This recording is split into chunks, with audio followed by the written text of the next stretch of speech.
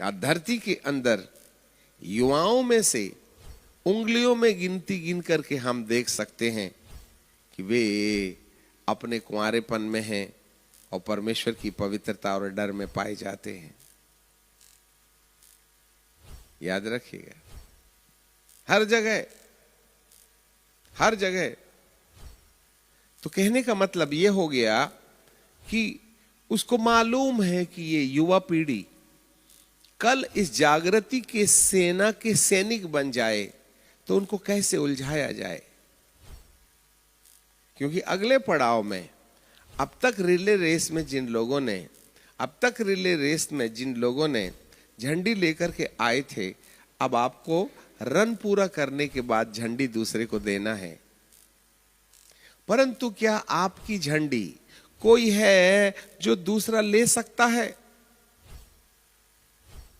अरे भाई, किसी ने झंडी लेकर के अपने लिए यहां पर एक रन पूरा कर दिया, परंतु क्या उसकी झंडी लेने के लिए कोई तैयार है जो दूसरा रन चक्कर मारे?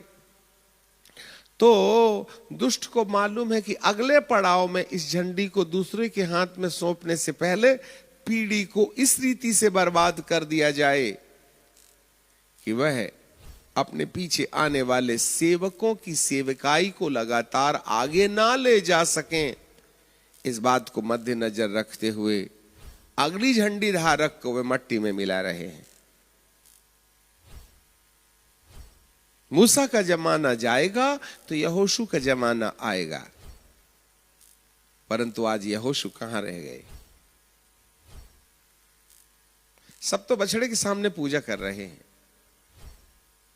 चुना तो था हारून को, परंतु परमेश्वर का धन्यवाद हो, मूसा का भविष्यद्वक्ता हारून आज बछड़े के सामने नाच रहा है। तो क्या हो गया? परमेश्वर ने मूसा के टहलुए को खड़ा करके रखा है जिसका नाम है यहोशू। और अब परमेश्वर की आशा यहोशू से हारून से समाप्त हो जाती है और यहोशू की ओर लग जाती है। हे मूसा और हारून के वस्त्र पहाड़ में ले जाकर उतार दो और वह अपने पुरखाओं में मिल लेगा, क्योंकि उसके रन पूरे हो गए हैं। अब मुझे उसकी झंडी संभालने वाला होगा। मूसा भी चल पड़े। तब परमेश्वर ने यहोशू को खड़ा किया। पर यह यहोशू था कौन? ये यहोशू मूसा का टहलुआ था। और आज युवा पीढ़ी को मूसा के संग टहलुआ बन के उससे अगले पड़ाव में झंडी संभालने के लिए, दुष्ट नहीं रहने देने के लिए, मूसा के संग रहने वालों का हत्या करने के लिए किसी न किसी व्यक्ति, वस्तु, स्थिति का इस्तेमाल करता है, जिससे कि वे मूसा के संग रहकर यहोशू की योग्यता प्राप्त न करें। It's a biggest enemy. एक प्रेरित और एक भविष्यद्वक्ता के साथ आत्मिक रीति से तैयार किए जाने के लिए रुकावट पैदा करने वाली आत्माएं कहीं ना कहीं मनुष्य को यहोशू के समान तैयार होने से रुकावट पैदा करती हैं, जिससे कि वे एक दिन मूसा की झंडी अपने हाथ में संभाल सकें। ऐसा नहीं होने देने के लिए अंधकार और तिमीर और बदली का दिन हर दिन हमला करता है। इसलिए जब कभी भी एक प्रेरित और भविष्यद्वक्ता खड़ा होता है तो उसके निकट रहने वालों को वह उनसे दूर हटाने के लिए कई अनेक युक्तियां करते हैं, और यह हमें समझ में नहीं आती। कहीं मूसा के साथ रहते रहते यहोशू मूसा का आइडिया ना ले ले और अगले भविष्य में वह यहोशुआ जनरेशन बनकर के लोगों को प्रतिज्ञा के देश में पहुंचाए, ऐसी बात नहीं होने देने के लिए उसने हारून को बिगाड़ दिया। तब फिर भी परमेश्वर ने मूसा के टहलुए यहोशू को रखा कि वे उसके साथ रहें। और यही कारण है यहोशू और मूसा के बीच में कंफ्यूजन पैदा करने के लिए दुष्ट आत्माएं अलग अलग प्रकार का उपाय करती हैं, जिससे कि एक व्यक्ति भौतिक रीति से तैयार होकर अगले पड़ाव में मूसा की जगह खड़े होकर के मूसा का पाठ अदा न करे बोल करके अंधकार की शक्तियां भरसक प्रयास करती हैं। ये शीत युद्ध है, तुम्हें समझ में नहीं आएगा, इस लड़ाई के बारे में आपको समझ में नहीं आएगा।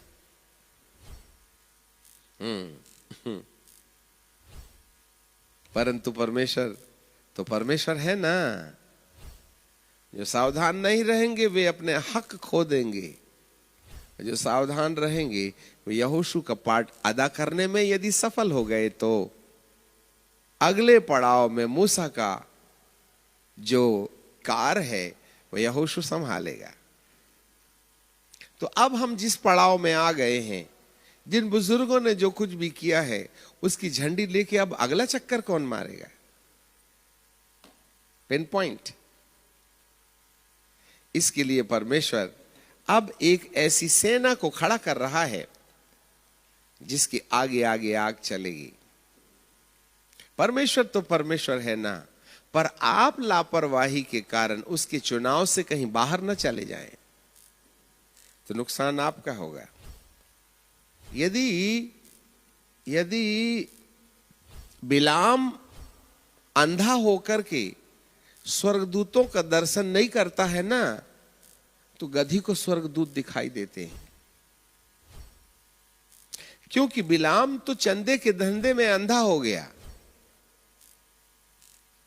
उसको नहीं दिख रहा है। 3 बार स्वर्गदूत ने तलवार घुमाई थी बिलाम की गर्दन पर, परंतु गधी को दिखता था। आज उन धर्मज्ञानियों को नहीं दिखेगा, परंतु हम जो बाइबल में कुछ नहीं जानते हैं, हम गधों को जरूर दिख जाएगा। क्योंकि गधी जो थी ना, वह अपने स्वामी के लिए उपलब्ध थी, परंतु बिलाम तो धन कमाने के लिए उपलब्ध हुआ। तो आंख बंद नहीं होगी। यदि किसी का माया, फरेब, धन दौलत, ज्ञान बुद्धि, धन दौलत, औधा, पॉपुलैरिटी के तरफ ध्यान होगा, आपको प्रभु कभी नहीं दिखाई देंगे। क्योंकि बिलाम की आंखें अब अंधी हो गई थी, परंतु गधी को तो सब दिख रहा था। इसलिए अपने स्वामी को बचाने के लिए उसने 3 बार उपाय किया, कहीं आप अपना हक न खो दें। उसको बनाए रखने के उपाय में आपको कुछ न कुछ करते रहना पड़ेगा। इसलिए संसार को शक की दृष्टि से देखना, ये संसार तुम्हें उलझाने न पाए, तुम्हें यहोशू की जगह से हटा ना दे। तुम यहोशू के समान प्रेरितों और भविष्यवक्ताओं से सीखने के बजाय कहीं उनके विद्रोही बनकर के तुम परमेश्वर की न्याय की पात्रता ना जमा कर लें।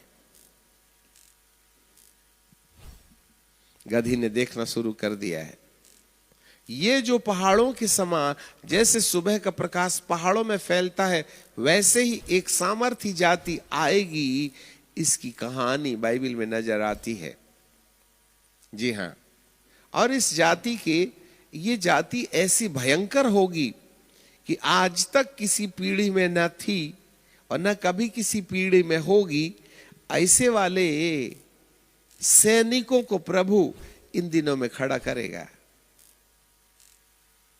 उसके लिए क्या तैयारी करना चाहिए, ये आपको सोचना पड़ेगा। समझौतापूर्ण जीवन जीने वाले लोग इस सेना के भागीदार नहीं हो सकते। Everybody, those who are doing the ministry is not entitled to carry the anointing in the end time. But those who are really has paid the price according to the frame of God, only this kind of people can carry the end time revival.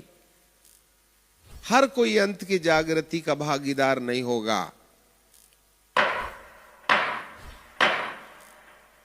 हर कोई अंत के दिनों में जागृति का भागीदार नहीं होगा। चाहे आप बाइबल में 15 PhD कर लीजिएगा, चाहे आप एक बड़े महान दास होने का परिचय प्राप्त कर लीजिएगा, but you cannot carry the end time revival.